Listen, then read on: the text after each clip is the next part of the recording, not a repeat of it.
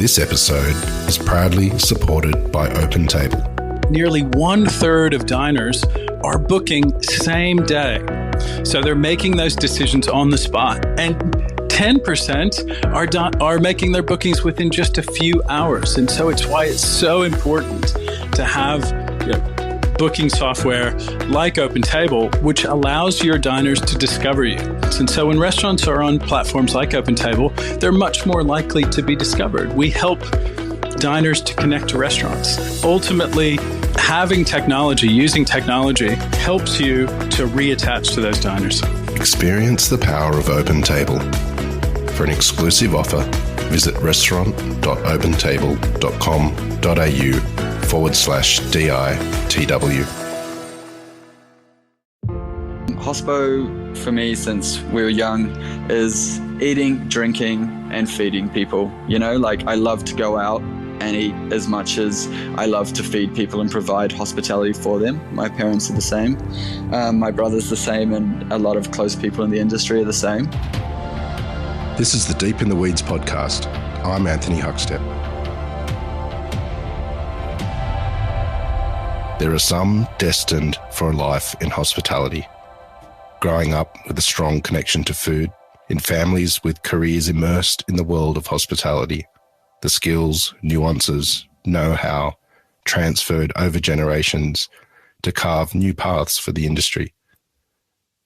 What impact does a childhood in a hospitality family have on those as they forge their own careers? Taylor Cullen is the head chef of Chiswick in Wallara, Sydney. Taylor, how are you? I'm very good, thanks. How are you? Good. It's great to have you on the show. You grew up in a family with a hospitality business. Did that make a big impact on your decision to be in the industry? Yeah, well, I started in the kitchen at the age of 9 washing dishes. My old man had a restaurant and mum ran the front of house, so a bit of child labour there. But yeah, it was amazing. We sort of just did a couple of hours on the weekends, and I didn't really realise what impact it was having until I got a little bit older, about 14, 15, and I was sort of one of my only friends with money. Which was pretty amazing. So I realized the value of money and learned that at a really, really young age. And by the time I was 13, 14, 15, I had started working on the prep section and then sort of, into larder and stuff like that. And I just fell in love with food. It was amazing. Well, take us back to that time. Do you have any stories of that time for you? Yeah. First time I ever saw my dad get super angry. He was it's funny. In the kitchens, you can have the calmest, most beautiful people outside of the kitchens, and they get behind a docket machine and just flip a switch, and pressure takes hold, and people get pretty grumpy, So that was sort of highlighted something that I didn't want to become, even though my dad was an amazing chef. I am very calm nature, like my mum, and so that was a big part of me growing up and sort of finding my feet in the kitchen and doing it with being as calm as possible, which is really nice. If I'm grumpy, I sort of go quiet now compared to lose it, which is interesting. And then when I was 14, 15, high school was kind of average. I didn't really like school. I was really good at sport, but just didn't fit in, sort of going through puberty and stuff, had a bit of depression, and found myself wanting to work in the kitchen a lot more because food is very expressive by nature, and the pressure and heat of the kitchen really took my mind away from everything that was going on in my personal life and just was really nice to be in the kitchen. So by the time I hit 16, I went to 2 weeks of high school, came home on a Thursday, enrolled myself in catering college, told my dad I was never going back, and that he had to drop me off at catering college on the Monday. And I guess he just saw it in my eyes that I was never going to go back to school, and didn't argue, and said, cool, if that's what you want to do, then that's what you want to do. Tell us a bit about that restaurant that you grew up in. Is it similar to the sort of thing that you do with food, or far removed? A little bit different. It was a really beautiful restaurant. We had about 70 seats, just simple New Zealand cuisine. It wasn't fine dining. There was no white tablecloths, but it was voted one of the better restaurants in the city that we grew up in, Hamilton. Throughout the whole years they had it for 19 years or something. And it was always in the top 3 or 4, which is amazing. And we had a few really good chefs come through the door. So Dad became sort of executive chef and took time out of the kitchen and became more of a restaurateur. And we had a couple of Michelin-starred chefs come through, and people with a really good attitude, people with really close connections to New Zealand and the land and stuff. And we just put out really solid, tasty food. It was nice. You mentioned you enrolled in culinary school. What was it like when you first stepped in a commercial kitchen that wasn't the family restaurant? Was it a big change? So I didn't really, through the whole of culinary school, I stayed at the family restaurant. And then once I left, one of the old head chefs from our family restaurant, Jane Meeben, was the head chef at Longitude 131 in Australia. And so I was 18. She sort of just said, why don't you come over and do a year in the desert and see what you like, see if you like it. So, straight over to Australia. So to answer your question, it was super different. Having never left home and stuff. And then, going to Australia. Tell us about that time. How different was it? Yeah, so Northern Territory is rock.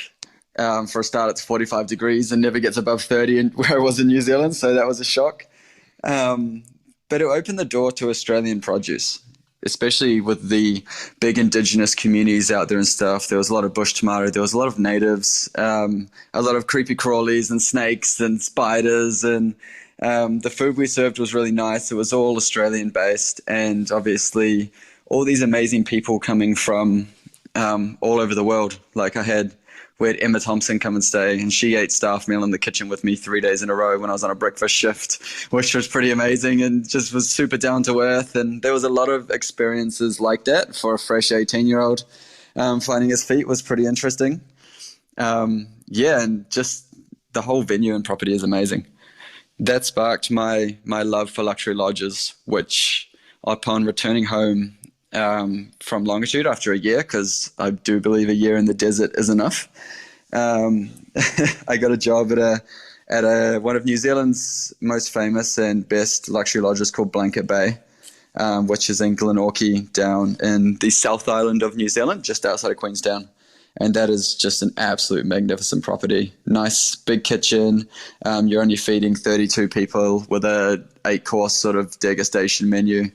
And that was my first real introduction into fine dining food, which is sort of where my heart lies. And under the chef there, Corey Hume, I was there for about 2 years. I learned one of the most important things that I've taken through my career, which was we had a lot of the world's best cookbooks and all of that sort of stuff, because in this restaurant, the menu changed every day because obviously guests are staying for like 3 or 4 days. But the guest also wouldn't see the same ingredient twice during their stay. So if they had a tomato one day, they wouldn't have a tomato on their menu for the rest of their stay. So we had to get pretty intuitive with food and, change things up a lot and simplify things or make things a little bit more technical. And it was amazing. So we sort of was rolling through these cookbooks, and obviously you can't copy a dish from somebody that's already done it because that's just not kosher. So he sort of said everything in context. You can see a dish that you love, but you have different produce. And so you can take a cooking technique from that dish and apply it to something that you're cooking. Or you can, take one component of that recipe with their produce and transfer it to something that's going to go on your dish and use that. And that just taught me how to study cooking, basically. So now I can pick up any cookbook and really change recipes and look at things and get inspiration from everything else and apply it to what I'm doing, which has been a staple through my career. One of the hallmarks of your career is a lot of traveling and immersing yourself in different cultures and different ingredients. You jetted off to Europe. What sort of impact did that trip have on you? Yeah, so I was 22. My little brother was 18, who is also in hospo, so we just bred a hospo family. We both went over to the UK with absolutely no plan whatsoever. Went to Glastonbury on the first day that we arrived, which was pretty special and opened our eyes to a world that we had never known. Made a whole lot of friends, and then we bought a van, went to France, and we just traveled down the west coast of France, Spain, and Portugal. Not being able to speak any languages apart from English because, I don't know, they just didn't really push that at school, which I kick myself for now. And I'm actually trying to learn French, which is great, but really hard. We just sort of like realized that food in itself is its own language and its own currency. So we were traveling to all of these small towns and meeting beautiful people that would just invite you in for a meal because it's very hospitable over in Europe, more so than this side of the world. People just love their food. Like you see the French and the Spanish and the Portuguese and all of these people, they celebrate their culture through food. So we met the most amazing people that we've ever met, just traveling, who would just open their doors and invite you for a Sunday lunch where they've picked up all of their produce from the markets, all of their cheeses, they're making their own breads, you know? And it just sort of like changed the way that we look at food and look at community. And we both, I know, try and bring that into the restaurants that we're in. Shay, my brother, is the bar manager at North Bondi Fish. And he, has the same philosophy as me, where hospitality is in our blood and it's what we do. And traveling through the world just solidified the fact that that's what we love. Are there any feasts or eating experiences that you had in Europe that really triggered this sort of direction that you've gone in? Yeah, so we were pretty broke traveling. So we were actually camping on the beach a lot of the time and just cooking, lentils and stuff over in our one pot over a fire, but we'd be foraging for mushrooms and fennel and we'd be fishing. There was this experience that we had in Portugal where these guys row this big net out and then they pull it back in with a tractor. And it was a spectacle. There was about 60 or 70 people on the beach. And these people would bring in their net and take all of their big fish. But then these 60 or 70 people would just jump in and take all the little fish that they weren't going to take, like all of the sardines and all of this. So we just like got involved, and took some sardines and ate those. And it's really amazing just how different it is. And then on the contrast to that, we ran a luxury chalet in the French Alps for an English couple, which was pretty special. So we cooked for 12 people a night. We'd work 6 days a week, would make them breakfast, would go snowboarding all day, and then we'd come back and cook them a really nice 4-course meal. But though the couple that owned that chalet took us to a 3-star restaurant called Le Boit to say thank you. It was the first fine dining experience we'd had in probably 2 years, and it just blew us away. There was one component on this menu. It was the most amazing thing I've ever put in my mouth, which was this ox tongue tart. It was just perfect. The flavor was amazing. And I haven't ever had anything that spectacular since, which is pretty crazy to me because it was such a simple little thing. But the meal as a whole was surprising to me because everything was just too perfect and so refined that nothing apart from the tart stood out and made me go, oh my gosh, that was the best meal I've ever had in my life, which was quite bizarre because you would expect everything that's perfect to do that, but it also didn't make you go, wow. You just sort of understood that it was done and executed perfectly. That primal experiences that you had in Europe and that sort of yearning to be in that fine dining area, how have you balanced those experiences that you've had to sort of land on something that speaks of you? Yeah, so it's sort of a cross between the two. I love fine dining and that's where my heart lies, but my favorite thing to do is to go fishing or catch kinna or shellfish or mussels and just cook them over a fire on the beach. So that's what I do in my spare time. And then I love the elegance of refining these rustic and beautiful ingredients into a fine dining setting, which I think is where the art comes in, and the love for food and the passion and the fire really breeds into what you put on the plate. So I definitely balance my time between taking produce off the land and cooking it in a rustic way, and then trying to transfer that into the kitchen that resonates with me from a primal perspective, but also people will happily come and sit at the table and eat and pay money for and enjoy themselves. You've been back in Australia for quite some time now and worked with some incredible chefs. What have been the real sort of key moments that have sort of pushed you in the direction that you're in? Yeah, so arrived after traveling the States and sort of working as a private chef for a year, back to Australia because my little brother was here and I just wanted to be a bit closer to family. And was here and sort of was looking around for a job and was looking through Bondi and stuff, which is where I live, and then got offered a trial at Poly, which I actually turned up to a week early because I was pretty desperate for a job and I guess just didn't read the email properly. And they basically told me to go away and come back next week. I was so embarrassed. And so I just Googled best restaurants near me, and it so happened that the Bridge Room, which was owned by Sonny and Ross Lusted, was, 800 meters away. And so I walked down there and it was 11:58 in the morning, and walked through the front door, and they basically told me to get stuffed as well because it was lunchtime, which was pretty funny. But I saw the restaurant and was just like, oh my gosh, this place looks amazing. So I emailed Sonny and sent her my CV, and then rang Sonny and was just like, you have to give me a job, please. You have to give me a job. And so they brought me in for a trial that Friday, and I started on the next Tuesday. And that was my first proper, hard kitchen where they were putting out I still think is the best food that I've seen leave a kitchen that I've been working in. Ross is amazing and such a talented guy, and the team were just you're just in the trenches every day, working your ass off and just trying to execute this magic food. And we did, and it was amazing. Sadly, the Bridge Room closed after I was there for 6 months, which was a bit of a shame because it was an institution and people in Sydney and around Australia realized that it was one of the better restaurants around.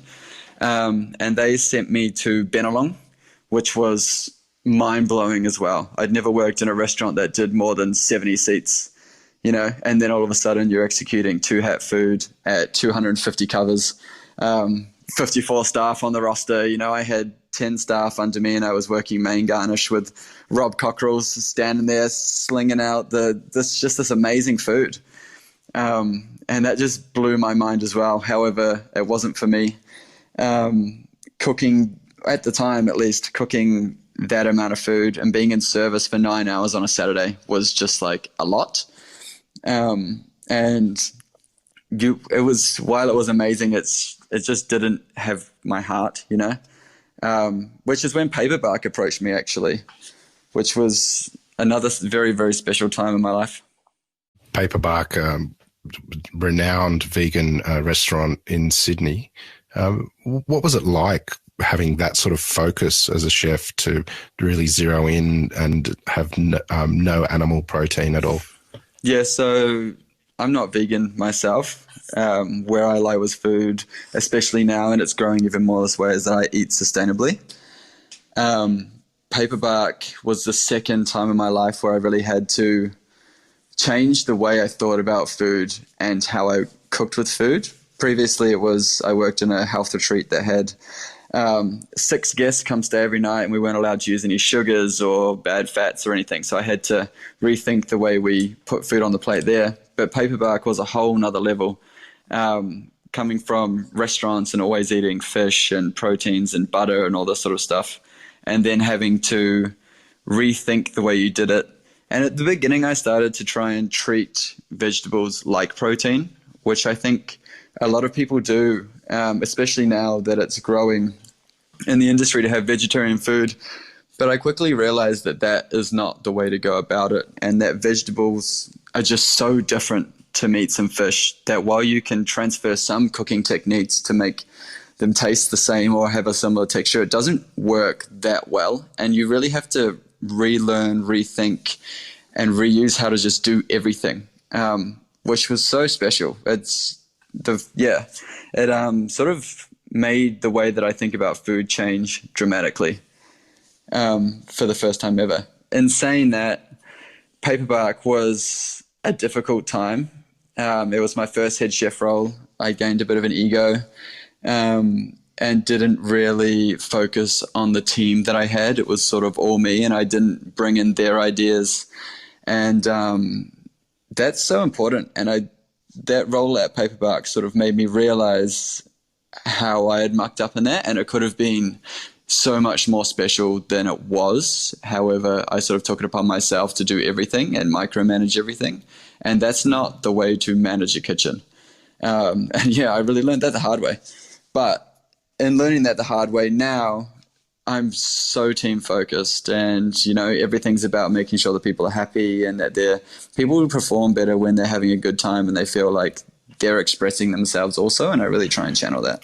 I just want to go back to Ross Lusted. Sonny and Ross created the Bridge Room, which was the impact on the dining scene was incredible in Australia. What was it about being in that kitchen and the food that affected you so greatly? Just Ross's travels through Asia and stuff. Like, he does have a big Asian influence on his food, or he did at the Bridge Room, not so much at Woodcut. But at the Bridge Room, it was Asian heavy. But he had taken these traditional cooking techniques that he had learnt from overseas and really refined them in a fine dining way. He had the grill set up in the middle of there, which burned at 700 degrees. And if you're on that grill section, you were going down every night, which is where I was. It was such a hard section to work, and you've got 5 proteins going on and you're smashing out so many covers. And I thought that I could cook on fire until I went to the Bridge Room. And then I really learned to cook over coal. It was just the way the kitchen was set up. It was so small, and you had 9 chefs in there, and so everybody's smashing into each other and everybody's yelling, and it was such a hard environment to work. But the food that came out of that kitchen, like I said earlier, was the best food that I have personally sent out of a kitchen. And everybody recognized that and knew that, which is why the hard days, even though they were so hard, people were grateful to work there. And I think that really speaks to Ross Lusted, because he is a very, very talented chef, and he's probably my favorite chef that I've worked for, which is why I went to Woodcut for 6 months when I came back from Europe and America. I just wanted to revisit the family and go see Sonny and Ross, and then I ran the seafood bar at Woodcut for the last 6 months before Chiswick. What was what sort of ingredient or dish was there at the Bridge Room that really harnessed sort of that relearning of cooking over fire for you? So we had the main thing that blew my mind was you can burn things without burning them. And that's what Ross really portrayed in his cuisine. Like, we had a burnt apple puree, a burnt pear puree, there was burnt celeriac on the menu. And we had these duck breasts that we would sous vide with a little bit of sweet soy sauce, and then we would just cook them over the ash for about 20 minutes, consistently pricking the fat with a little needle so that it rendered down the skin perfectly, but the skin would go black but would remain moist. And it was the best duck I've ever had, still to this day. And we used that theory through a lot of things, whether it was cooking your Wagyu straight over the hottest fire possibly so that it could just go completely charred on the outside, and then leave it to rest in the perfect spot so that by the time you came to serve it, it was perfect medium rare or however they wanted it cooked, compared to cooking over ash, compared to, there was so many different techniques used in one little cooking hearth, and that just basically taught me how to cook. You said Ross's travels really affected the way that he cooks, and your travels also has helped define you. What's it been like for you in this time with the lack of travel and forging a career as a chef? Yeah, so when I left Paperbark, I took the role as head chef at Bondi Harvest, and my role was to travel between Italy and the States to visit our restaurants and cafes and just make sure that everybody was doing the right thing, train staff. We got 6 days from opening a restaurant in Milan, and COVID hit, and we had to come home for that first Sydney lockdown, which was absolute chaos. I think we got the second to last flight out, and then it was like, boom, we're back in Australia.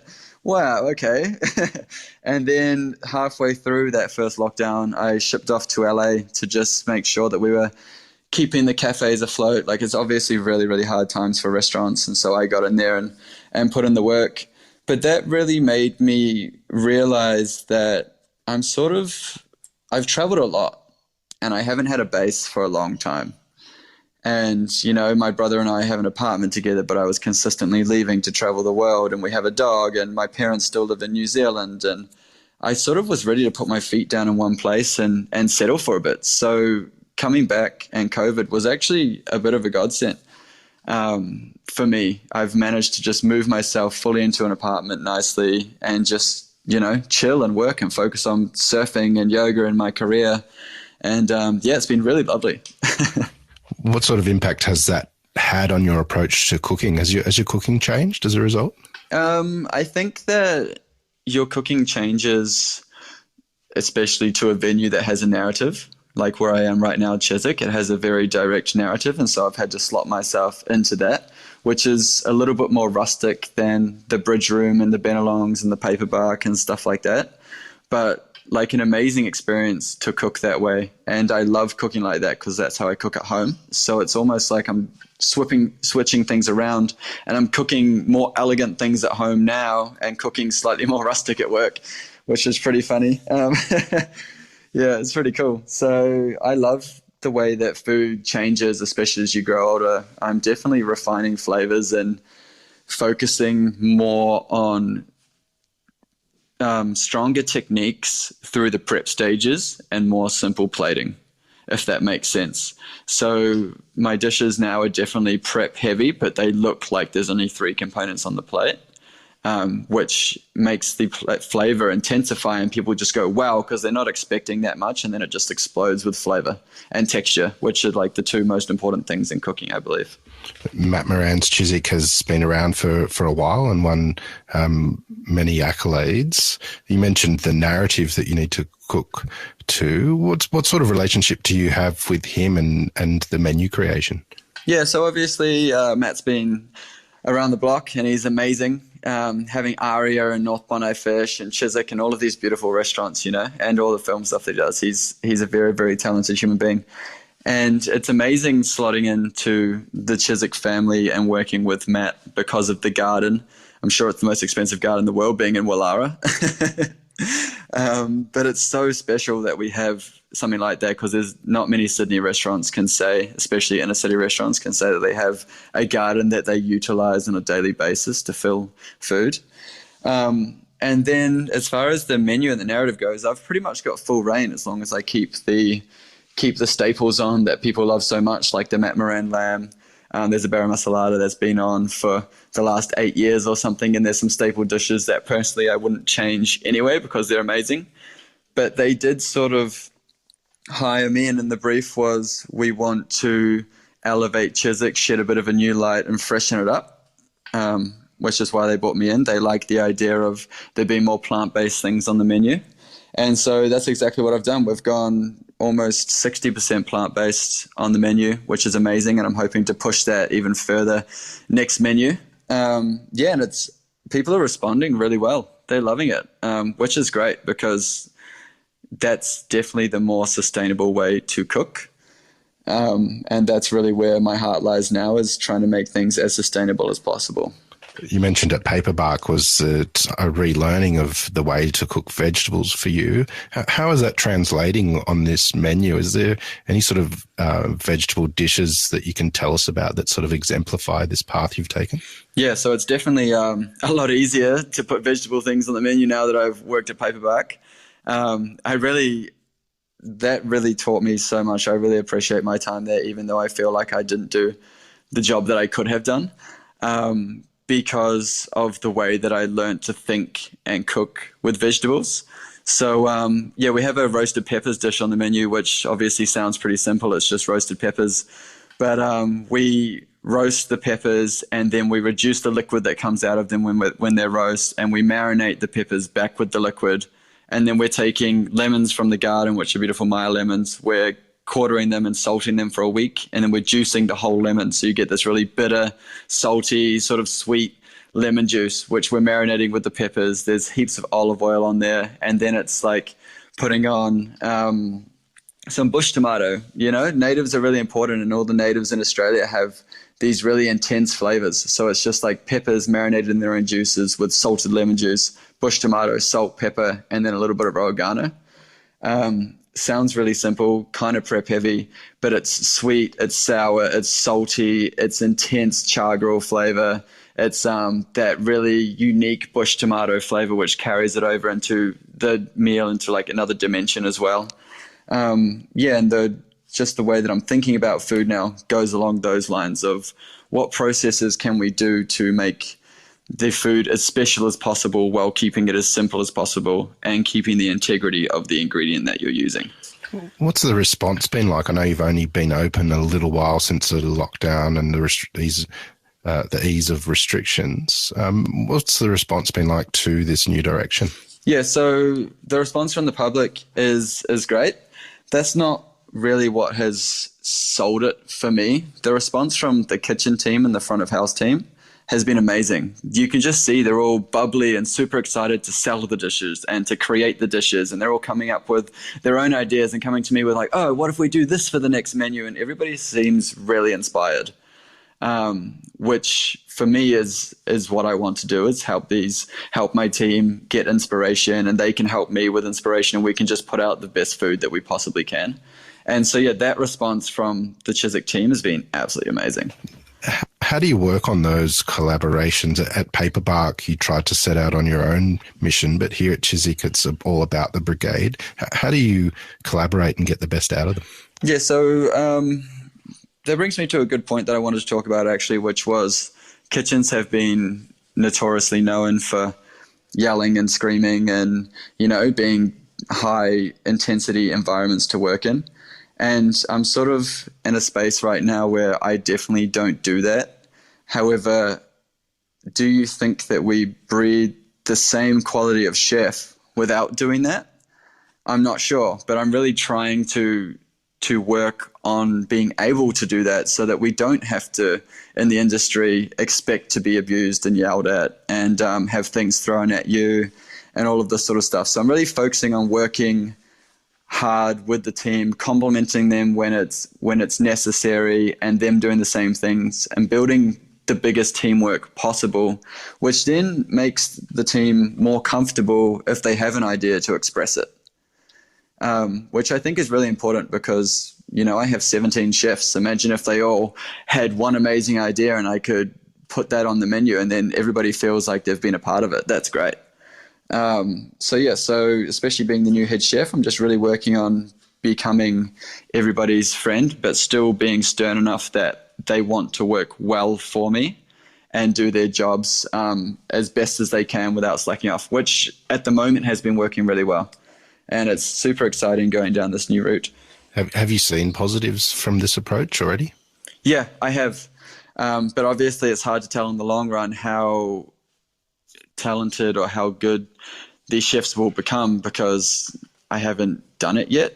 But at the moment, everybody they're working really hard, and everybody is, putting the food up the way I want to and smiling while they do it. And when we get busy, everybody puts their head down and puts the work in. So I do feel like it's working, which is amazing and very exciting. You grew up in a hospitality family and traveled the world, and now you're in one of Sydney's best restaurants. What is it that you love about what you do? Hospo, for me, since we were young, is eating, drinking, and feeding people. I love to go out and eat as much as I love to feed people and provide hospitality for them. My parents are the same.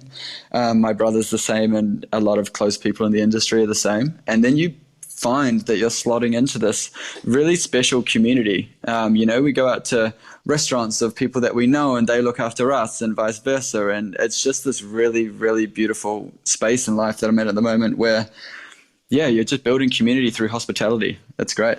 The last year and a half has been so challenging for many, but it's allowed you to find your roots and bed down and start sort of afresh with your career. What are you hoping for from the next year and a half? Yeah, so you're exactly right. It has let me bed down. I'm going to be at Chiswick for the next 2 years, which I'm really excited about. And then I'm going to shoot back to New Zealand after that. And we're working on opening a completely self-sustainable farm down in Arthur's Pass in the South Island. So it's going to be a luxury lodge. My parents are managing the build and will be general managers of the property. And I'm going to take over the kitchens. Yeah, which is, a chef's dream come true. And I'm super lucky that this is coming my way. We're going to build greenhouses. We're going to grow our own animals and all of our own produce and sort of be as sustainable as possible, and then still serve the most beautiful food to people that are coming into the restaurants. The whole area, we will be able to source produce for within 100 kilometers because it's an hour away from the beach. So whether it's lobster, seafood, all the way to your meat and then all of your vegetables and stuff. So I'm at Chiswick at the moment, which is an amazing venue, and I'm working towards sort of getting off the grid a little bit and just running a completely self-sustainable farm. Well, that sounds incredible. And Taylor, it's been an absolute honour to have you on Deep in the Weeds today. And it sounds like we do need to catch up with you again sometime down the track soon. So please keep in touch and we'll do that. Yeah, nice one. I would love that. Thanks so much for having me. This is the Deep in the Weeds podcast. I'm Anthony Huckstep. Stay tuned as we take a deep dive into the lives of the incredible people who ply their trade in the food and hospitality sector. Special thanks to executive producer Rob Locke for making this all happen. Follow us on Instagram at Deep in the Weeds Podcast or email us at podcast@deepintheweeds.com.au. Stay safe and be well.